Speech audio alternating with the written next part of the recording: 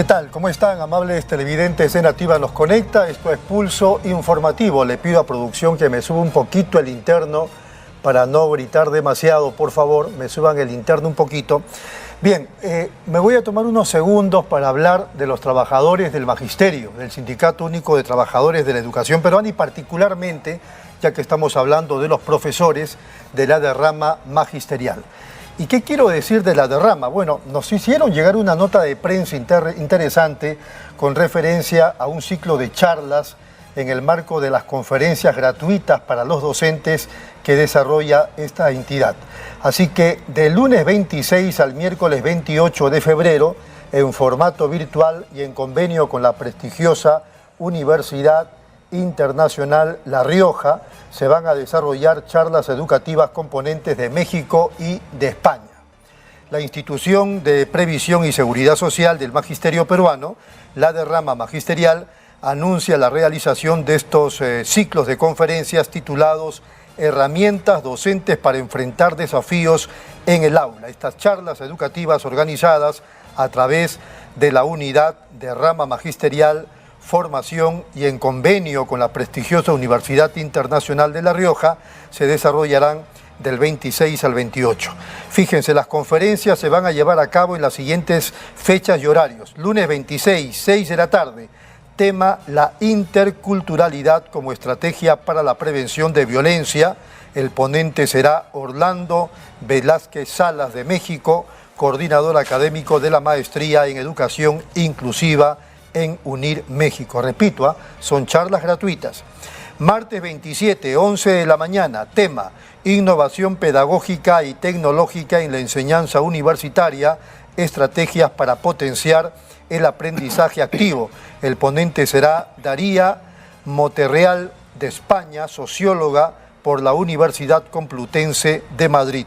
Y el miércoles 28, el tema es En el aula de clase, herramientas prácticas para docentes de educación básica. El ponente es Martín Guerrero Posadas de México, profesor de la Maestría en Tecnología Educativa y Competencias Digitales de UNIR en México.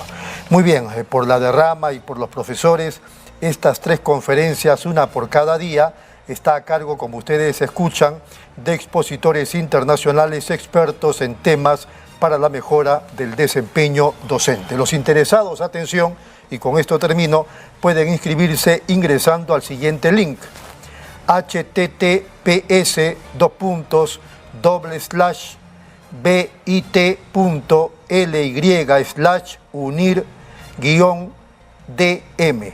Una vez realizada la inscripción y confirmación, el docente inscrito recibirá un correo de confirmación con el enlace para acceder a estas conferencias, repito, gratuitas. Bien, empezamos entonces Pulso Laboral saludando a José Delgado Bautista. Él es presidente de la Confederación Estatal UNACE.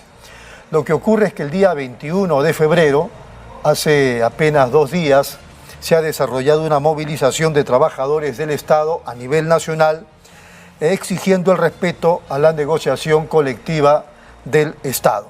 ¿Cómo está, señor Delgado? Muy buenos días. Muy buenos días. ¿De qué se trató esta movilización? ¿En qué consistió? ¿Hubo participación masiva de los trabajadores?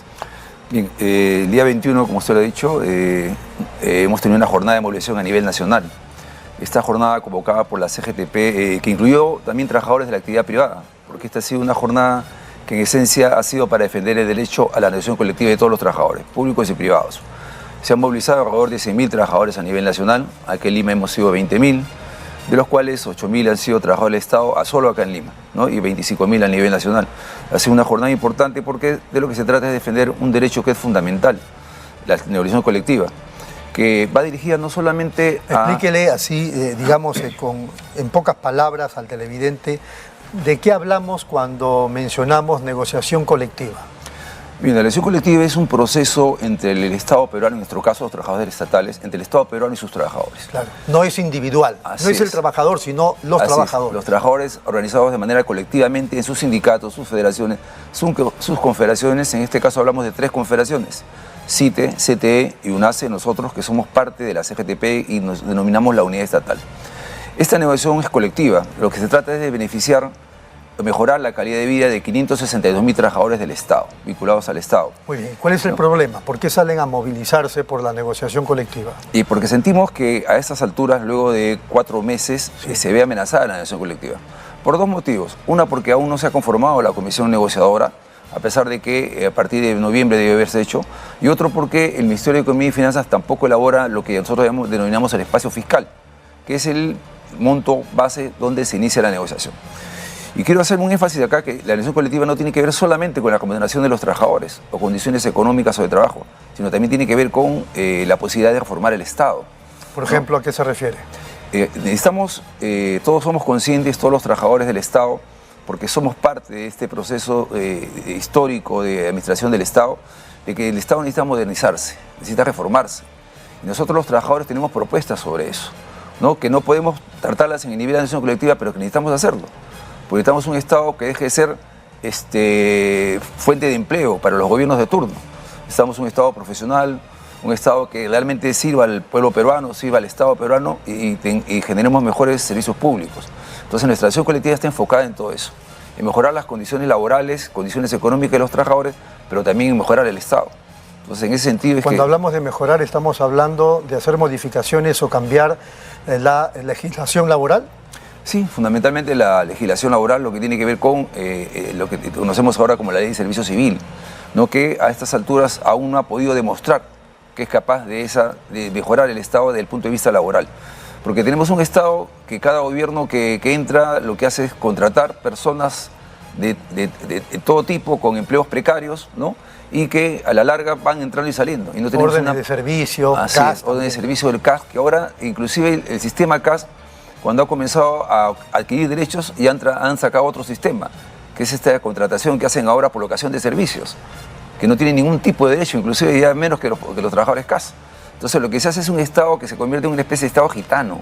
Entran y salen y no hay una profesionalización. O sea, no hay trabajadores que entren, se profesionalicen, se especialicen en el Estado y haya predictibilidad en sus carreras. Entonces nosotros definitivamente en esta negociación colectiva sí exigimos derechos para los trabajadores, mejoras económicas, mejoras de condiciones de trabajo, que es legítimo, ¿no? Pero también exigimos que haya un Estado moderno, un Estado que realmente tenga una legislación laboral que permita hacer carrera dentro del Estado.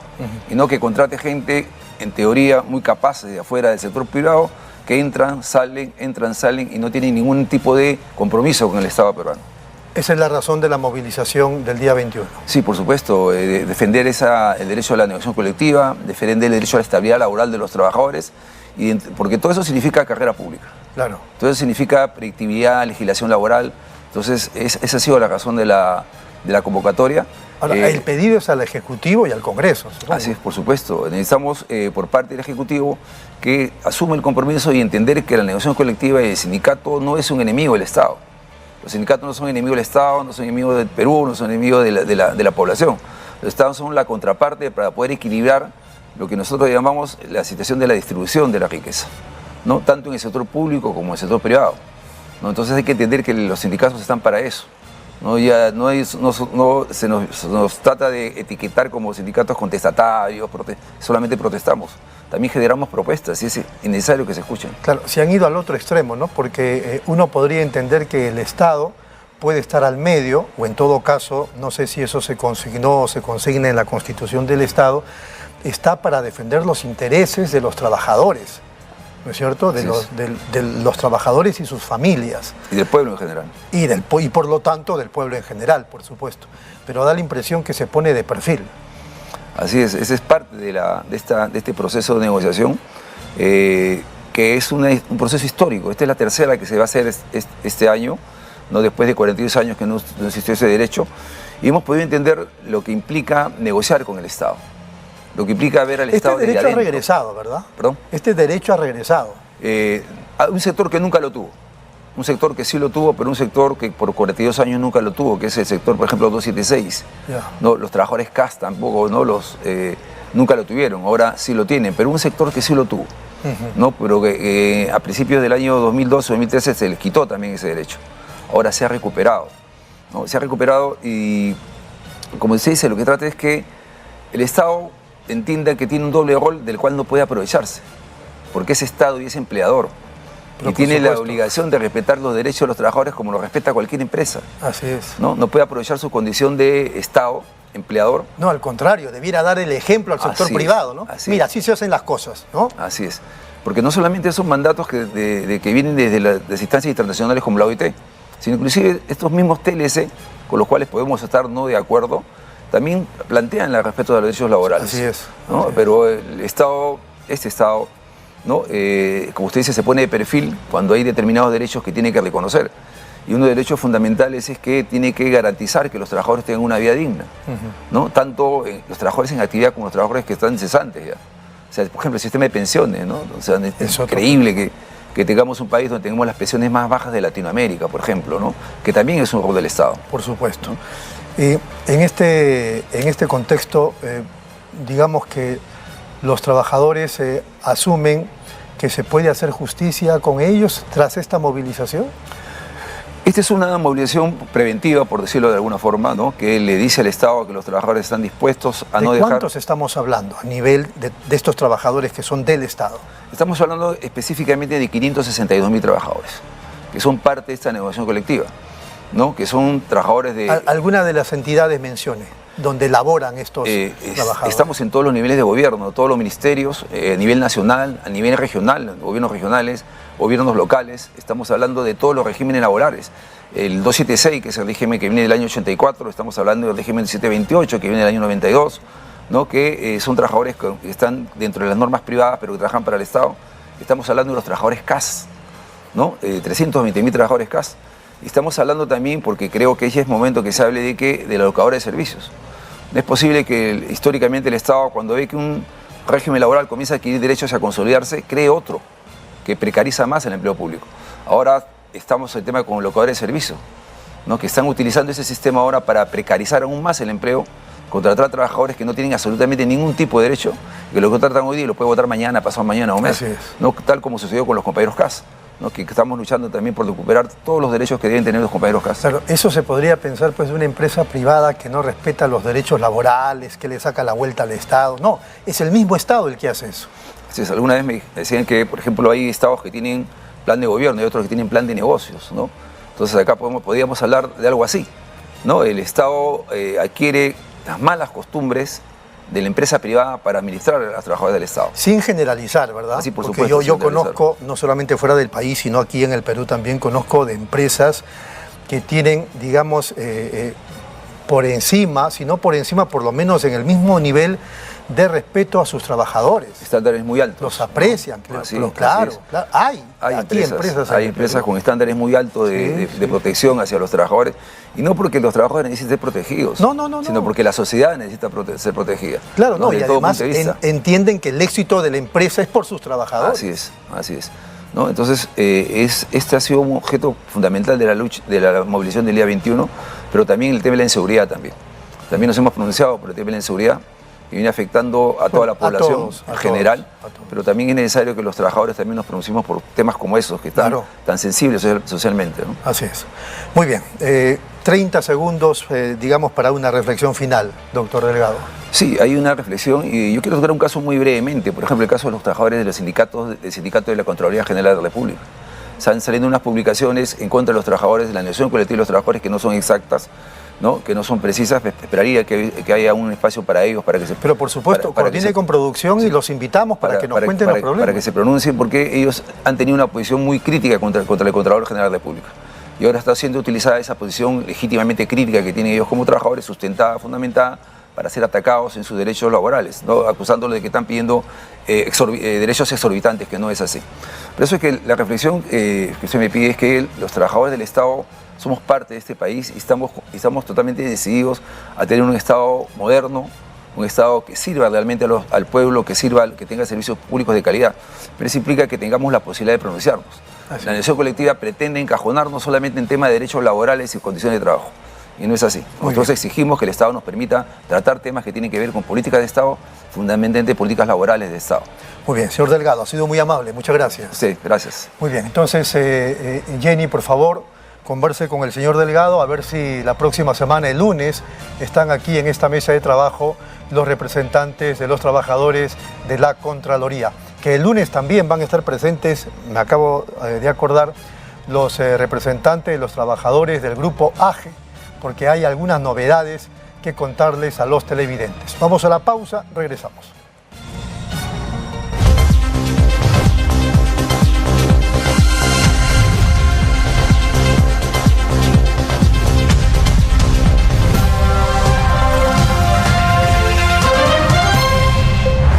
Nueva app de Derrama Magisterial. Maestro y maestra, realiza tus consultas y operaciones en la palma de tu mano. Con el nuevo app Derrama Magisterial podrás realizar tus operaciones en todo momento y desde cualquier lugar. Solicita un crédito, consulta el estado de tu cuenta individual, accede al estado de tus créditos, actualiza tus datos, accede al servicio de asesoría legal gratuita. Ubica nuestras oficinas a nivel nacional. Descárgalo hoy mismo en tu Play Store. Derrama Magisterial, seguridad social para el maestro.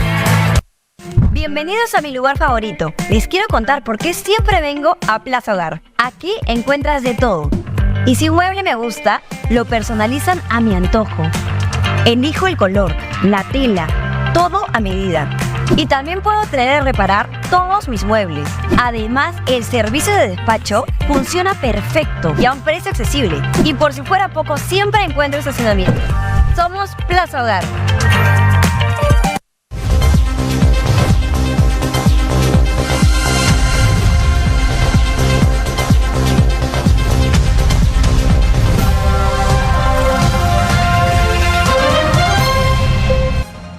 Muy bien, seguimos aquí en Nativa Nos Conecta, esto es Pulso Informativo. Vamos a conversar ahora en esta secuencia, en este espacio de Pulso Laboral, nada menos que con Luis Izarra, secretario general de la Federación Nacional de Trabajadores del Agua Potable, la FENTAP.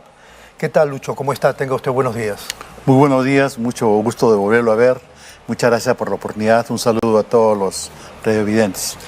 Bueno, a la ministra por enésima vez la he vuelto a escuchar, a la ministra de Vivienda, decir que no piensa el gobierno ni ella ha planteado alguna idea de privatización de Sedapal. Y sin embargo, los trabajadores de Sedapal insisten en que hay, digamos, una pretensión de privatización. Claro, mire, nosotros somos la Federación Nacional de Trabajadores de Agua Potable, una organización que afilia a todos los trabajadores de las 50 empresas de agua que hay en el Perú. ¿Más o menos de cuántos trabajadores hablan? Estamos hablando de cerca de 8.000 trabajadores que estamos en planilla y aproximadamente unos 7.000, 8.000 también trabajadores tercerizados que fundamentalmente están en Sedapal de Lima.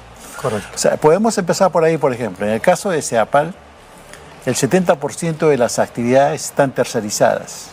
Usted sabe que la privatización es la venta de la propiedad. Pero también hay otras modalidades de privatización, la concesión, el joint venture, esta misma tercerización. Ya por ahí la señora ministra está, digamos, o desinformada o no tiene conocimiento. En segundo lugar, como usted dice, efectivamente la ministra viene diciendo de que no se va, digamos, a privatizar Sedapal. Bueno, el día 3 de diciembre hubo una conferencia de prensa en el Ministerio de Vivienda y Construcción que la convocó la ministra de Vivienda y que la convoca también la comisión multisectorial que estaba encargada de hacer un informe con respecto a Sedapal. La presidía el señor Alexis Oblitas. ¿Quién es él? Es un funcionario del Ministerio de Vivienda. Esta era una comisión multisectorial donde ha participado Sedapal, Ministerio de Vivienda, incluso funcionarios de FONAF. Y para ser muy concreto, delante de la ministra, ¿qué es lo que declara este señor? Dice, o sea, ya en las conclusiones de la presentación de este informe, que es un análisis... Este funcionario del Ministerio de Vivienda. Del Ministerio de Vivienda. ¿Qué dice? Dice, en un mediano plazo, contratar a través de 3 contratos de gestión bajo el marco normativo que regula la inversión privada en asociaciones público-privadas, los servicios integrados para el mantenimiento y gestión comercial en 3 grandes áreas de Lima y Callao, zona norte, zona centro y zona sur. Está hablando de los socios público-privados, que es otra modalidad de participación privada. ¿Qué dice el presidente del directorio, el señor Jorge Gómez Reate, en esa reunión? Dice, como presidente y con el directorio en pleno que está en esta reunión, nos comprometemos a implementar estas propuestas que necesita Sedapal. No somos nosotros y no tenemos ningún trasfondo político. Lo único que le decimos a la señora ministra, si no se recuerda, que hable la verdad o que se valga de sus asesores. Además, también en las declaraciones que hace la ministra, nos dice que los sindicatos, en este caso la Federación Nacional, pretende nombrar a los presidentes del directorio. No, eso no es cierto. No es verdad. Está tratando de confundir a la población. Nuestra demanda, y claramente dice, de que hay presidentes de directorio y hay directores en las empresas de agua que no tienen ninguna experiencia en el sector saneamiento. ¿Y cómo están en el directorio? Entonces, porque son amigos de algunos funcionarios, porque son amigos de la ministra, porque algunos requisitos... ¿Y trabajan ad honorem? No, ganan dietas. Todos los miembros de directorio ganan dietas. O sea, por cada directorio ganan una suma. Así es. Y entonces, ¿cuál es el máximo de dietas? ¿4? Entiendo que 3.000, 4.000 soles, ¿no? En algunos casos. Depende también del tamaño de la empresa. Mucho depende del tamaño de la empresa. ¿3.000 por cada dieta? Sí, algunos casos, y otros son en el total, ¿no? Que sacan. Y entonces aquí nos... ¿Y cuántos directorios hay al mes? Disculpe que le insista. Mire, a veces hay hasta, según la ley dice que debe haber hasta 4 directorios, ¿no? De los cuales deben ser remunerados 2 o 3. Pero también tienen facilidades, tienen camionetas a su cargo, muchos de ellos, tienen choferes a su cargo, tienen solo una serie de cosas. Pero es gente que nosotros, ¿qué queremos? Que conozca el sector saneamiento. Pero en el directorio hay gente inexperta. Inexperta, que no conoce el sector saneamiento. Pueden ser de repente excelentes profesionales, que no estamos cuestionando eso. Lo que estamos cuestionando es que no conocen al sector saneamiento, como es el caso, por ejemplo, del señor Gómez, actual presidente del directorio de Zapal, Jorge Gómez Reate, que no tiene ninguna experiencia en el sector saneamiento. ¿Y es presidente del directorio? Es el presidente del directorio. Él sí ha sido miembro de la banca, del Banco de la Nación, ha trabajado ahí. Será un buen funcionario de repente, posiblemente no conozco. Pero en el sector saneamiento no lo tiene. ¿Desde cuándo está en el cargo? Está aproximadamente hace 2 o 3 meses, ¿no? Entonces, lo que nosotros le hemos... Entonces, nuestro pedido a la ministra, y que no nos confunda, que no confunda a la población, no es que pretendamos nombrar a los miembros de directorio, sino lo que estamos cuestionando, que directores como el señor Gómez, y además, mire, hay 19 empresas que están bajo un régimen de apoyo transitorio a través de la OTAS. Estos señores del directorio, que son 3 por cada empresa de esas 19, dirigen esas empresas desde Lima. No conocen muchas veces las empresas, no conocen la realidad. Caso de Huánuco, caso de Lambayeque.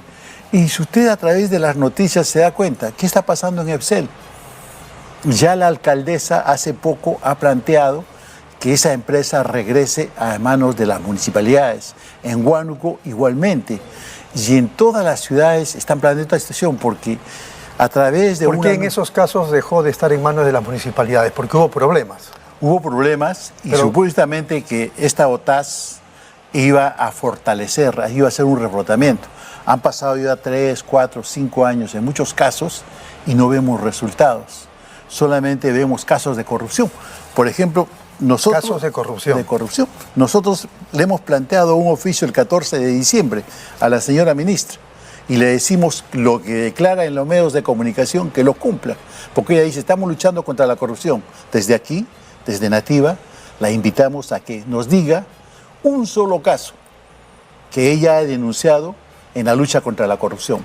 Nosotros le hemos puesto varios casos como este, que han contratado a un funcionario que ha sido, antes trabajó en el gobierno regional de San Martín, le siguieron un proceso y este proceso al final ha resultado de que ratifican las sanciones. Entonces es un funcionario que está... ¿Es un proceso administrativo, judicial? Administrativo. ¿No? Entonces, que está el Contralor incluso general de la República, comunicó al gobernador que ya en la Contraloría General de la República ha intervenido. Le ha dicho de que este funcionario ha cometido varios errores. Correcto. ¿Y qué pasó con ese funcionario? Está nombrado de asesor legal en el EPSEL, en Lambayeque. Entonces, ¿nosotros qué le hemos dicho? Señora ministra, solicitamos lógica entre sus declaraciones y acciones en contra de la corrupción. Y eso no es hacer política.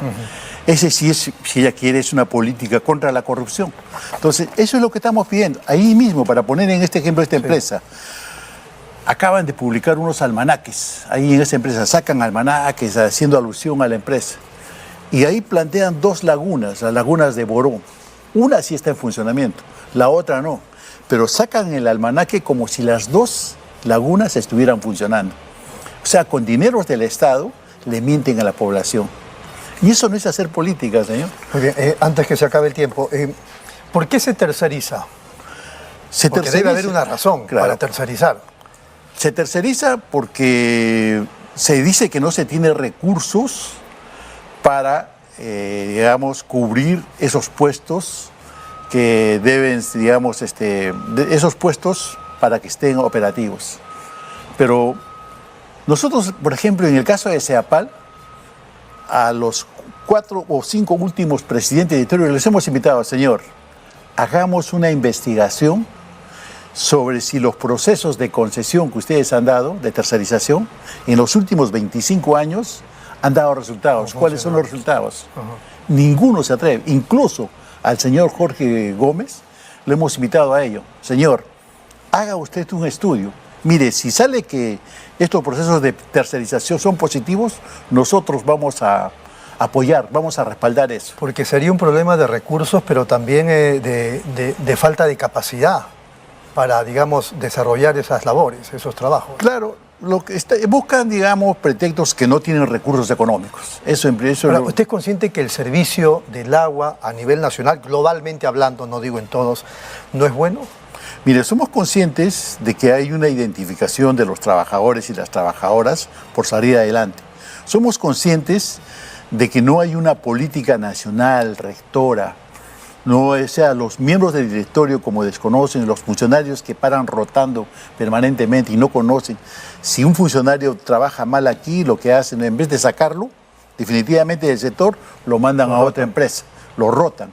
Entonces, lo que somos conscientes es de que estas empresas caminan porque los trabajadores tienen conocimiento, que podrían ser más eficientes. Por eso es que nosotros planteamos propuestas y alternativas. En el caso, por ejemplo, de los trabajadores tercerizados, vea, un trabajador tercerizado gana la tercera o cuarta parte de lo que gana un trabajador normalmente en una empresa. Y entonces nuestro planteamiento es que en vez de pagarle a una empresa privada que se lleva todas las utilidades, se le paga... Y que le paga mal a su trabajador. Se le paga mal a los trabajadores. Planteamos que esos trabajadores se incorporen a la planilla, que esos sí se van a poner la camiseta, porque el empresario privado no se va a poner la camiseta de una empresa, se va a poner la camiseta de su empresa, ¿no? Entonces, ese es nuestro pedido. Lucha frontal contra la corrupción, no a la privatización, la incorporación de los trabajadores tercerizados y que la señora ministra, en todo el tiempo que está, nunca ha conversado con los trabajadores. Qué pena. Nunca ha conversado con los trabajadores. Sí han conversado con nosotros, otros funcionarios, y tenemos que decirlo públicamente. Ella no. Bien, ha sido muy amable. Yo voy a estar pendiente de este tema, la producción y todo lo demás. Vamos a buscar a la ministra, pues, a plantearle algunas preguntas en base a lo que usted nos ha contado esta mañana. Ha sido muy gentil. Muchas gracias por la oportunidad. Ha sido Luis Izarra, secretario general de la Federación Nacional de Trabajadores de Agua Potable, FENTAP. Vamos a la pausa y regresamos con En Consulta.